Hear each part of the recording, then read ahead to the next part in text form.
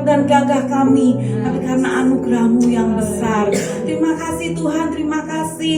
Kami sudah memuji dan memuliakan nama-Mu. Kami percaya Engkau hadir di tengah-tengah kami pada malam hari ini ya Tuhan. Kalau sebentar kami mau mendengarkan firman-Mu, urapi hamba-Mu, urapi setiap kami Tuhan yang mendengarkan firman-Mu. Kami percaya ya Tuhan, firman-Mu yang mengubah kehidupan kami, yang menguatkan setiap kami. Terima kasih Tuhan, kami sambut firman-Mu hanya di dalam nama Tuhan Yesus Kristus. Haleluya, amin. Ya puji Tuhan.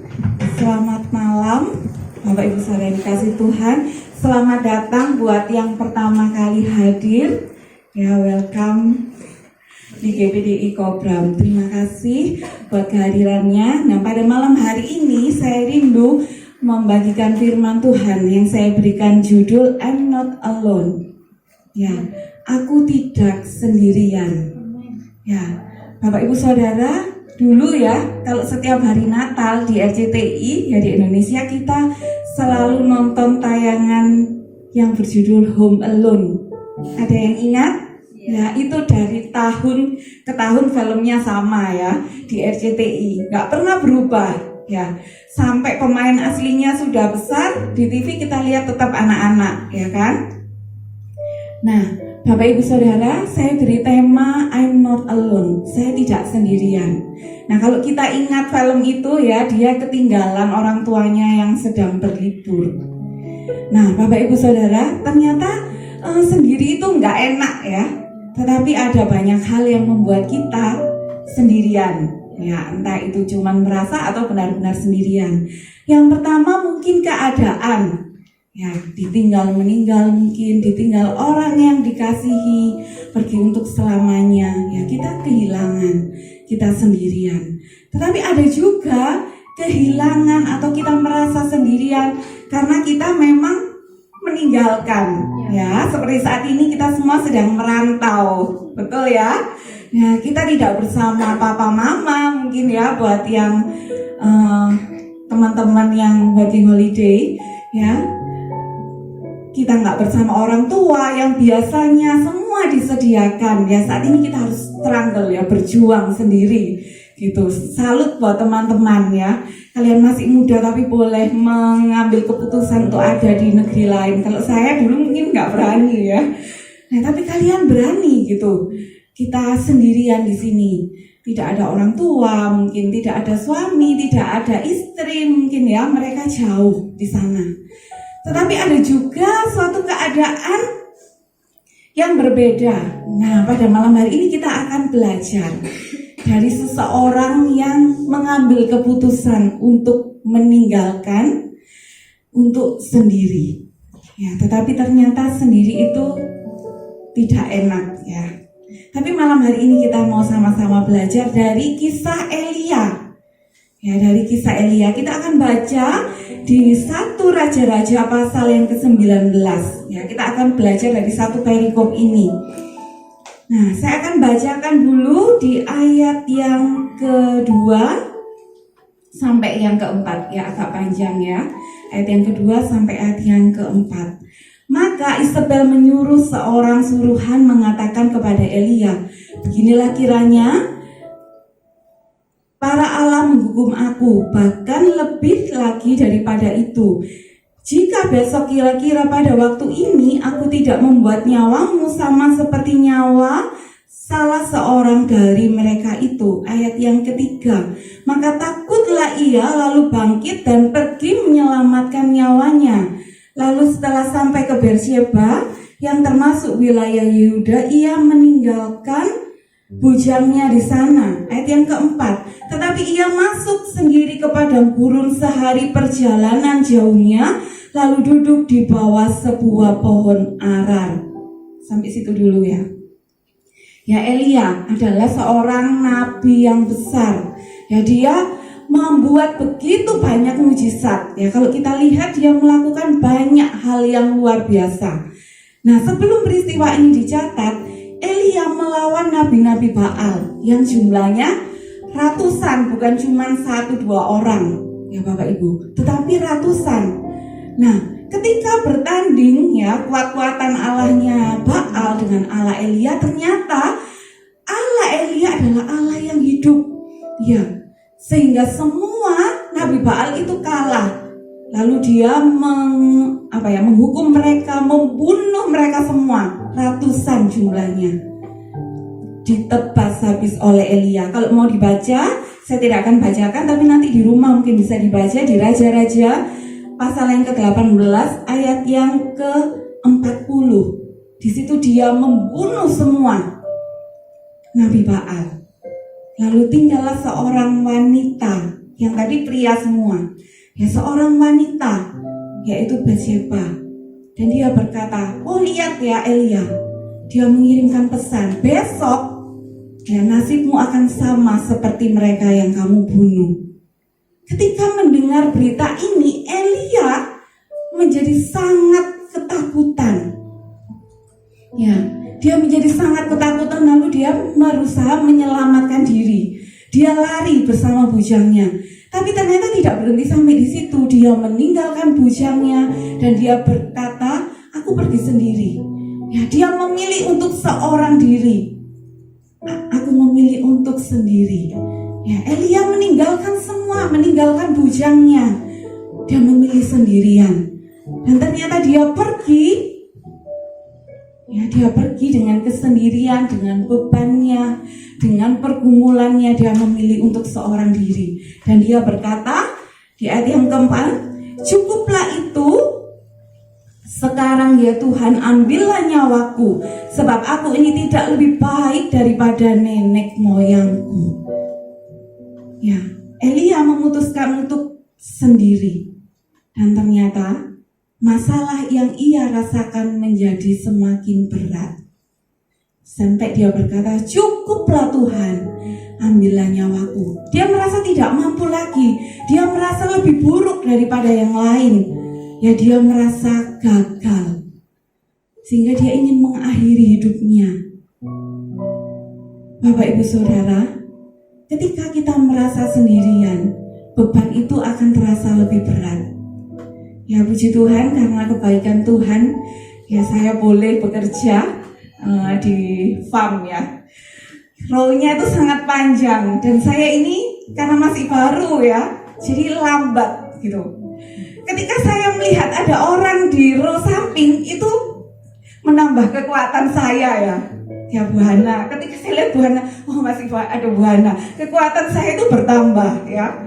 Ketika saya melihat Bu Rizda, ya ketika melihat Linda, kekuatan saya bertambah gitu. Masih ada orang. Tetapi ketika saya sudah nggak melihat siapa-siapa lagi, ya nggak lihat orang, waduh saya ini jauh ketinggalan. Dan kemarin mental saya itu ngedrop ya. Saya pingin nangis rasanya, ambil gunting itu kepingin nangis. Aduh sendirian, nggak ada orang. Saya merasa begitu kayak gagal gitu ya, merasa gagal, merasa nggak sanggup, nggak mampu mengejar ketinggalan. Nah Bapak Ibu Saudara, seringkali kesendirian kita itu membuat masalah yang kita hadapi ini semakin berat. Ya, tetapi firman Tuhan pada malam hari ini saya beri judul I'm Not Alone. Ternyata kita tidak pernah sendirian. Ya, kita mau melihat Elia ini sudah meninggalkan bujangnya. Dia sendirian, tidak ada orang. Ya mungkin kalau di farm ya cuman sendirian di row itu ya, di blok itu mungkin hanya dia sendiri, nggak ada orang lain, tidak ada yang bisa menolong. Ya Elia ada di padang gurun, tempat yang sunyi, tidak ada orang. Tetapi kita mau melihat bahwa Elia tidak pernah sendirian. Yang pertama, Allah hadir bersama dengan Elia. Ya kita mau baca di ayat yang kelima. Sesudah itu ia berbaring dan tidur di bawah pohon arar itu, tetapi tiba-tiba seorang malaikat menyentuh dia serta berkata kepadanya, bangunlah, makanlah. Di tengah kesendiriannya, di tengah putus asanya Elia, ya dia sudah putus asa, dia ingin mati. Dia berkata, Tuhan cukuplah, ambillah nyawaku. Tidak ada harapan lagi mungkin bagi Elia. Ya dia merasa gagal, merasa buruk, merasa tidak berguna mungkin. Dia sendirian. tetapi Allah hadir. Ya, lewat malaikat Tuhan, Allah hadir menyatakan dirinya dan menyentuh Elia. Ya Bapak Ibu Saudara, Allah itu hadir bersama dengan kita. Meskipun mungkin kita tidak melihat siapapun, ya mungkin kita tidak melihat keluarga kita ada bersama-sama dengan kita. Mungkin di tengah malam saat kita tengah bergumul dengan sakit kita, mungkin dengan pergumulan kita, tidak ada seorang pun di kamar kita yang tahu. Tetapi Allah hadir bersama saya dan saudara. Ya, di tengah-tengah pergumulan kita dia hadir. Ya, dikatakan malaikat Tuhan menyentuh Elia. Sentuhan yang malaikat berikan, ini Allah menunjukkan kehadirannya. Ya, Allah menunjukkan bahwa aku hadir bersama-sama dengan kamu. Ya, Bapak Ibu Saudara, ada survei ya, bayi-bayi yang lahir prematur gitu, kalau dia sering disentuh oleh orang tuanya gitu ya, dia akan bertumbuh lebih cepat dibandingkan dengan bayi-bayi yang tidak pernah disentuh, ya jarang disentuh. Ya, tetapi bayi-bayi yang sering disentuh oleh orang tuanya, dia akan tumbuh lebih cepat. Karena lewat sentuhan itu, ya lewat sentuhan yang diberikan oleh orang tua, mungkin oleh suster di rumah sakit yang menjaga, ada kasih ya yang tertransfer. Demikian juga ketika malaikat ini menyentuh Elia, ya di situ dia merasakan ada kasih Tuhan, merasakan kehadiran Tuhan. Bapak Ibu Saudara, saya pernah belajar tentang konseling ya. Saya kemarin mengambil pendidikan sekolah Alkitab kelas 2, lalu saya juga mengikuti sekolah konseling ya untuk pendampingan. Nah, seringkali orang datang untuk berkonseling, bahkan untuk ke psikolog, bukan untuk mencari jawaban Bapak Ibu Saudara, tetapi dia hanya membutuhkan kehadiran seseorang di dekatnya yang mendengarkan ceritanya. Bahkan ketika kita belajar konseling dikatakan kamu gak perlu jawab, kamu cukup hadir dan mendengar. Kalau dia perempuan, peluklah, sentuhlah, cukup itu. Kita para konselor tidak perlu memberikan jawaban, karena orang itu sebenarnya sudah punya jawabannya sendiri. Tapi yang lebih orang itu butuhkan kehadiran seseorang yang mendengarkan. Ya, saat itu Elia tengah dalam kondisi yang sangat terpuruk sampai ingin mati. Tetapi malaikat Tuhan menyentuh dia. Bapak Ibu Saudara, Allah peduli dengan saya dan saudara. Bahkan mungkin di saat orang lain gak peduli masalah kita, orang lain mungkin menganggap masalah seperti itu. Tetapi Allah mengasihi saya dan saudara, dia sangat peduli. Ya, di dalam Ulangan pasal yang ke-31 ayat yang ke-8 dikatakan, sebab Tuhan dia sendiri akan berjalan di depanmu, dia sendiri yang akan menyertai, dia tidak akan membiarkan engkau dan tidak akan meninggalkan engkau. Jangan takut dan tawar hati. Ya, dikatakan di sini Tuhan berjalan di depanmu.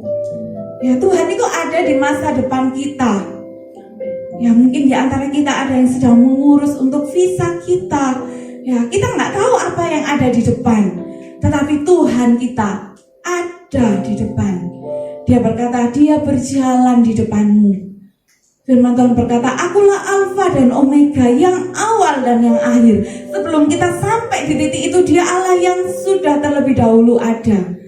Ya, dia ada di depan kita. Dia tahu masalah kita dan dia tahu jalan keluarnya. Dia ada di depan saya dan saudara, jangan takut. Dan yang kedua dikatakan dia sendiri akan menyertai. Menyertai artinya ada bersama-sama. Dia bukan hanya ada di depan lalu ditinggal, bukan. Tetapi dia menyertai, artinya Allah berjalan bersama-sama, walk with you. Ya, bergandengan tangan dengan kita.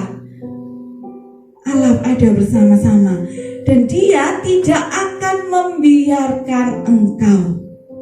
Artinya apa? Dia peduli dan dia akan melakukan sesuatu. Ya, saya belajar banyak ya ketika ada di farm.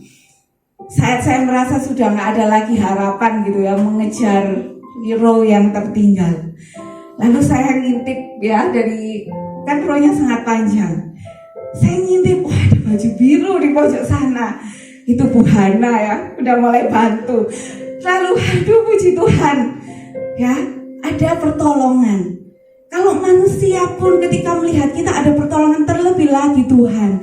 Ketika Dia berkata, Dia peduli, Dia tidak akan membiarkan engkau. Artinya Dia turut campur tangan, Dia turut bekerja menyelesaikan masalah kita, tidak sendirian. Ya, tidak sendirian Bapak Ibu Saudara. Dia Allah yang menyertai saya dan saudara. Itu yang pertama. Yang kedua, ternyata Allah bukan hanya saja menyertai, Allah bukan hanya saja bersama-sama dengan kita, tetapi yang kedua, Allah menyediakan. Amin. Ya, Allah menyediakan apa? Kita mau baca di dalam ayat yang ke-6. Ya, pasal yang ke-19 ayat yang ke-6. Ketika ia melihat sekitarnya, maka pada kepalanya ada roti bakar dan sebuah kendi berisi air. Lalu ia makan dan minum, kemudian ia berbaring pula. Ya, Bapak Ibu Saudara, Allah bukan hanya menyertai, tetapi Dia Allah yang menyediakan. Di situ tidak ada apa-apa, padang gurun.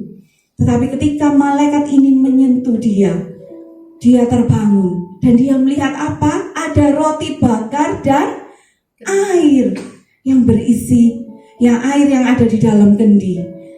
Allah menyediakan apa yang Elia butuhkan. Ya, makanan.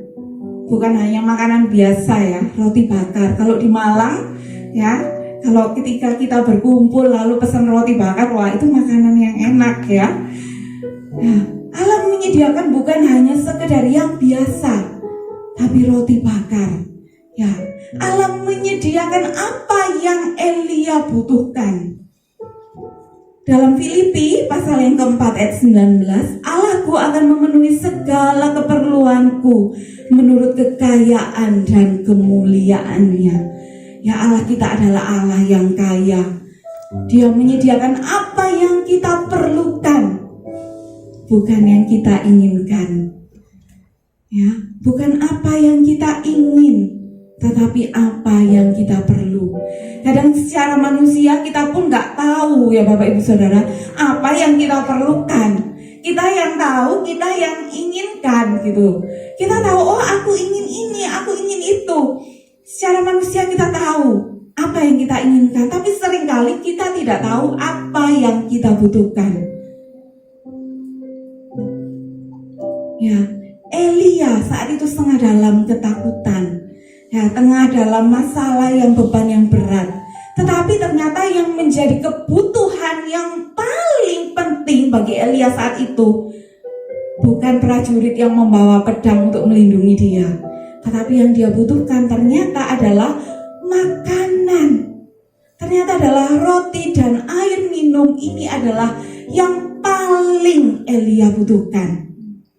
Ya, kalau kita melihat dari jalan cerita yang tadi, Elia ini telah dikejar-kejar oleh seorang kepala dari nabi-nabi palsu yang hendak membunuh dia. Ya, yang kita pikirkan secara manusia dia butuh apa? Dia butuh pasukan bukan untuk melindungi dia. Ya, seharusnya Tuhan kirim tentara, ya, kirim bala tentara sorga yang bisa menjaga Elia, mungkin mengirimkan pedang di sisi Elia supaya kalau dia datang, wah sudah ada pedang ya untuk melawan nabi ini. Tapi ternyata bukan.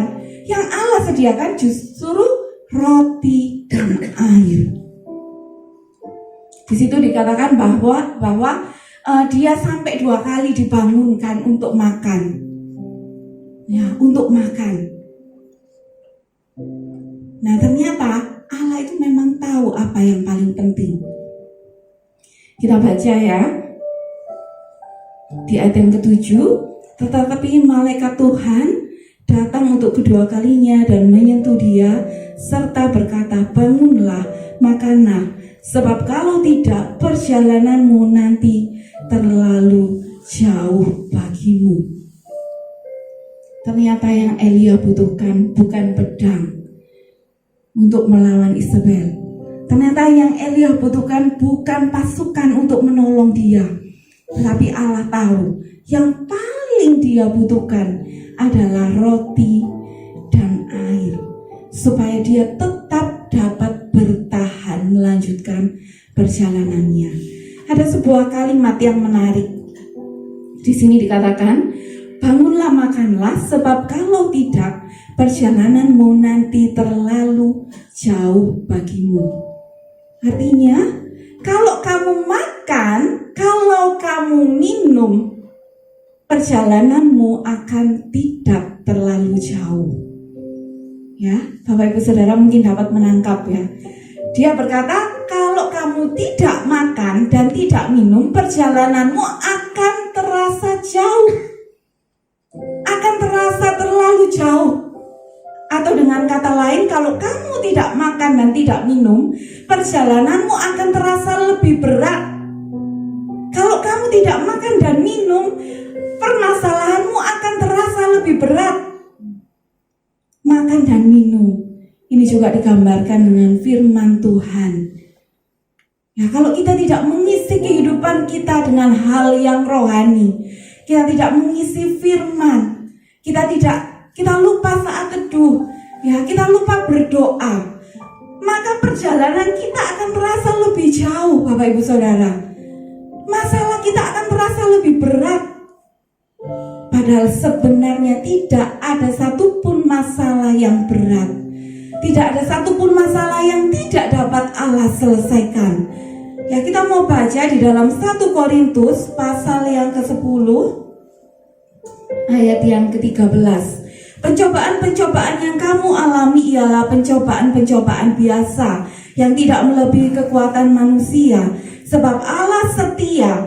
Dan oleh karena itu ia tidak akan membiarkan kamu dicobai melampaui kekuatanmu. Pada waktu kamu dicobai, ia akan memberikan kepadamu jalan keluar sehingga kamu dapat menanggungnya. Artinya tidak ada masalah yang terlalu berat bagi Tuhan. Ya, tidak ada perjalanan yang terlalu jauh sampai Elia tidak dapat menyelesaikannya. Demikian juga dengan saya dan saudara. Tidak ada masalah yang terlalu berat buat kita.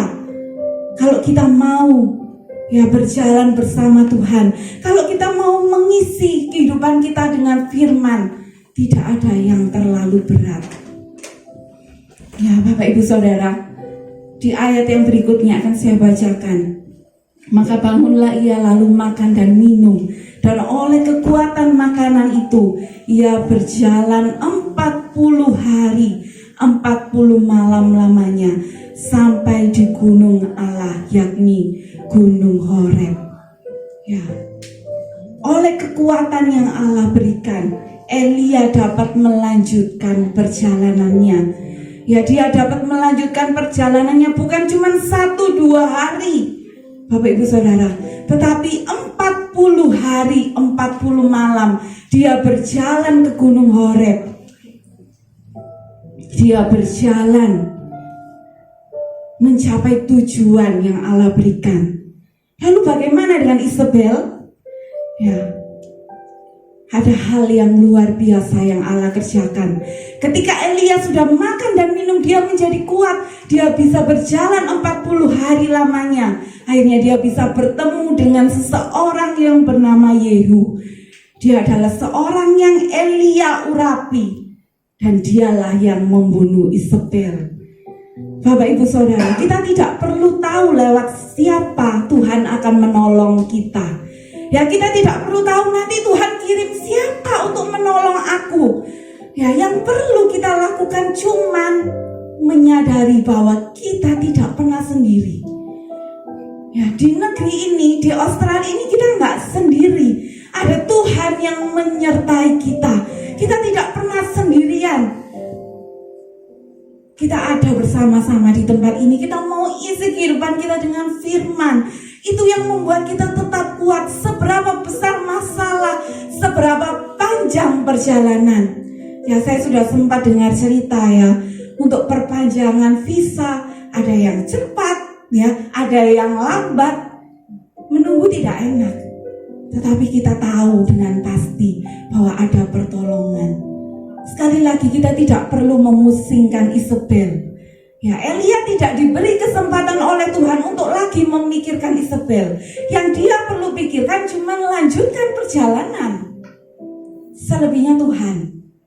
Ya, Tuhan tidak mau kita berpikir masalahku masih besar. Mungkin kita masih ada tanggungan yang harus diselesaikan. Mungkin kita punya masalah sakit. Tuhan gak mau kita memikirkan Isabel lagi. Tuhan gak mau kita memikirkan sakit penyakit kita lagi. Tuhan gak mau memikirkan masalah kita lagi.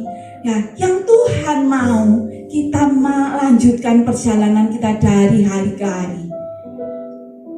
Elia diutus oleh Tuhan berjalan 40 hari untuk bertemu seseorang yang bernama Yehu. Ya, saya akan bacakan ya. Ini adalah ayat yang terakhir. Juga Yehu, di ayat yang ke-19, ayat yang ke-16, juga Yehu cucu Nimsi, haruslah kau urapi menjadi raja atas Israel, dan Elisa bin Safat dari Abel Meloha harus kau urapi menjadi nabi menggantikan engkau. Maka siapa yang terluput dari pedang Hazael akan dibunuh oleh Yehu, dan siapa yang terluput dari pedang Yehu akan dibunuh oleh Elisa. Artinya, Bapak Ibu Saudara, Allah sudah menyediakan orang-orang lain untuk menghabisi Isabel. Allah sudah menyediakan pertolongan-pertolongan bagi kita untuk menyelesaikan masalah kita. Ya, kita tidak perlu memusingkan lagi dengan bagaimana cara Allah menolong kita. Yang kita perlu mengerti, kita tidak pernah sendirian. Ya, ada Allah yang menyertai saya dan saudara. Allah yang ada bersama-sama dengan kita. Dan Allah yang akan memberikan jalan keluar bagi masalah kita.